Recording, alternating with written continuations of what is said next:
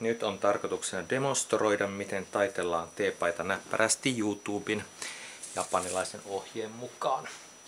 Mä oon tätä demonstraatiota varten kääntänyt kameran kuvaamaan taittelijan suunnasta.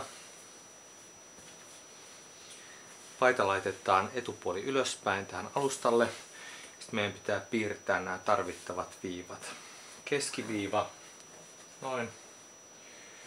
Ja sitten vasemman laidan taitos tuosta noin. Tärkeää millä kädellä tartutaan mihin.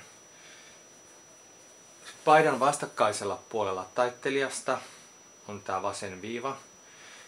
Tähän keskikohtaan keskiviivaan tartutaan oikealla kädellä ja tuonne ylälaitaan tartutaan vasemmalla kädellä. Vedetään tämä ylälaita helmaan. Noin. Sitten me saadaan muodostumaan tähän tämä vasemman laidan taitos. Taittaa se päälle vielä. Tämä ylimääräinen hiha, mikä jää näkyviin, voidaan taittaa tänne alle. Näin, valmista.